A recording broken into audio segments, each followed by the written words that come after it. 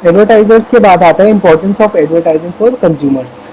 सबसे पहले आती है प्रोडक्ट अवेयरनेस। कंज्यूमर्स को पहले ही पता है कि प्रोडक्ट का क्या प्राइस है, प्रोडक्ट में क्या क्या क्वालिटीज़ है, प्रोडक्ट के बेनिफिट्स क्या है, सारी डिटेल सब कुछ एडवर्टाइजमेंट की मदद से कंज्यूमर्स को पहले ही पता लग जाता है। दूसरा होता है टाइम सेविंग। एडवर्टीजमेंट्स टाइम्स इसलिए सेव करते हैं क्योंकि एडवर्टीजमेंट की हेल्प से 70 to 80% जो कंज्यूमर्स होते हैं वो ऑलरेडी अपना माइंड मेकअप कर लेते हैं कि उन्हें कौन सा प्रोडक्ट लेना है, कब लेना है, कैसे लेना है वगैरह। पहले क्या होता था कि मैंने सही घर में सोचा बाई चांस मेरे को किसी सोप वगैरह की नीड है कि मेरे को सोप लेना है, मैं मार्केट जाऊंगा, मैं सबसे पहले शॉपकीपर से पूछूंगा कौन कौन से अवेलेबल है, फिर वो मेरे को उसके यूजेस बताएगा। मैं उस बेसिस पे बहुत टाइम वेस्ट हो जाता था मेरे को सेलेक्ट करने में। बट पहले ही मैंने घर पे देख लिया जिसके एडवर्टीजमेंट वगैरह की इस सोप के ये XYZ यूज़ है, तो मैंने वही घर पे डिसाइड किया, जिससे मेरा टाइम काफ़ी हद तक बच गया। जस्ट मैं मार्केट गया, पैसे दिए, सोप लेके घर आ गया। तीसरा आता है एजुकेट कंज्यूमर्स। एडवर्टाइजमेंट की मदद से आज जितने भी हमारे कंज्यूमर्स हैं वो काफ़ी ज़्यादा एजुकेटेड हो रहे हैं। गवर्नमेंट अलग अलग कैंपेन्स रन करती है, जैसे कि जागो ग्राहक जागो, एक्सपायरी डेट से रिलेटेड, जैसे कि कंज्यूमर बहुत ज़्यादा एजुकेट हो रहे हैं, वो आइडेंटिफाई कर पा रहे हैं कौन सी चीज़ें उनके लिए सही है, कौन सी गलत है, वो किसी भी तरीके से मिसलीड वगैरह ना हो पाए। इसलिए गवर्नमेंट के इन कैंपेन्स की वजह से कंज्यूमर आज की डेट में बहुत ज़्यादा एजुकेटेड फील कर रहे हैं। फोर्थ आता है ensures better quality. Better quality of goods इसलिए मिले क्योंकि एडवर्टाइजमेंट की वजह से कंपटीशन इंक्रीज़ हो गया।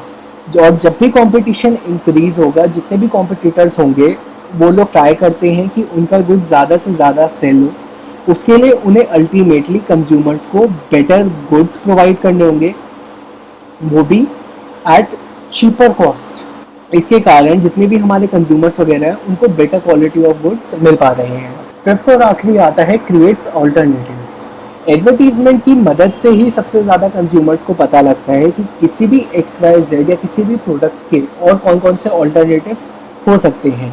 लाइक 6 to 10 ईयर्स पहले तक एंटीसेप्टिक के लिए जस्ट डेटॉल को यूज़ किया जाता था, but because of advertising now Indian market is also using Savlon और अलग अलग।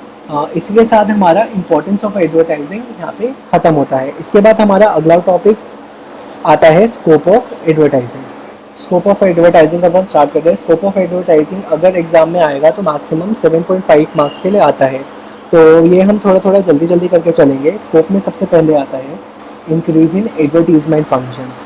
एडवर्टाइजिंग का पहले प्राइमरी जॉब इन्फॉर्मर का होता था कि वो बस इन्फॉर्म करती थी कंज्यूमर को कि ये मेरा प्रोडक्ट है, आप आओ इसको ट्राई करो या ख़रीदो।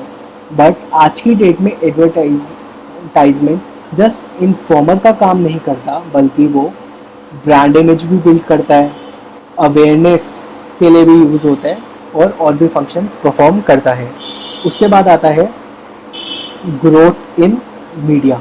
ग्रोथ इन मीडिया हम ऐसा समझ सकते हैं कि एडवर्टाइजिंग जब स्टार्ट हुआ था तब सिंपल आउटडोर एडवर्टाइजिंग वगैरह यूज़ होता था, बट विथ टाइम आउटडोर से हम लोग गए न्यूज़पेपर्स पे, मैगजीन्स के बाद आए टेलीविजन्स के बाद करते करते आजकल सोशल मीडिया और ब्लॉगिंग में भी यूज़ हो रहा है। इसका आप ग्रोथ इन मीडिया का इससे भी आइडिया लगा सकते हैं कि पहले लाइक जो भी सोशल मीडिया या ब्लॉगिंग में हमारे जोमेटो ब्लॉगर्स वगैरह वो भी आ जाते हैं, हम अलग अलग इंडिविजुअल्स के ब्लॉग्स फॉलो करते हैं, उनके रिव्यूज़ वगैरह फॉलो करते हैं, जो भी बेसिकली एक तरीके से एडवर्टाइजिंग का ही फंक्शन परफॉर्म करते हैं। इसके बाद हमारा तीसरा आता है attract and support middleman. Advertising की मदद से मिडलमैन वगैरह अट्रैक्ट किए करें। बेसिकली जो मिडलमैन होते हैं, मिडलमैन बहुत सारे टास्क परफॉर्म करते हैं। बेसिकली वो लोग कनेक्ट करते हैं कंज्यूमर को जो भी प्रोड्यूसर है या जो भी एडवर्टाइज़र है उससे। जैसे कि मान लो पेप्सी वगैरह के एड्स आए, सब कुछ आया, लेकिन पेप्सी वगैरह या किसी भी फैक्ट्री के लिए पॉसिबल नहीं है वो हर किसी को जाके खुद ही अपनी ड्रिंक प्रोवाइड कर सके। इसलिए उसने क्या किया हुआ है, अपना पूरा चैनल बनाया हुआ है। चैनल में काफ़ी सारे मिडल मैन आते हैं जो बेसिकली पेप्सी से परचेज कर कर अल्टीमेटली कंज्यूमर्स या दूसरे मिडल मैन को सेल करते हैं वो चीज़। चौथा आता है non commercial advertising. Non commercial advertising में जितनी भी हमारी गवर्नमेंट पॉलिसीज़ वगैरह हो गई, एनजीओ वगैरह हो गए, इन सब की जितनी भी एडवर्टाइजिंग होती है जो बेसिकली अल्टीमेटली किसी के भी वेलफेयर के लिए करी जाती है, वो सारी नॉन कमर्शियल एडवर्टाइजिंग आ जाती है। गवर्नमेंट की जितनी भी पॉलिसीज़ आती है या कोई भी नया लॉ वगैरह आता है जो कि लोगों तक पहुंचाने के लिए गवर्नमेंट वेरियस एडवर्टीजमेंट्स का यूज़ करती है, वो सारा नॉन कमर्शियल में आ जाता है।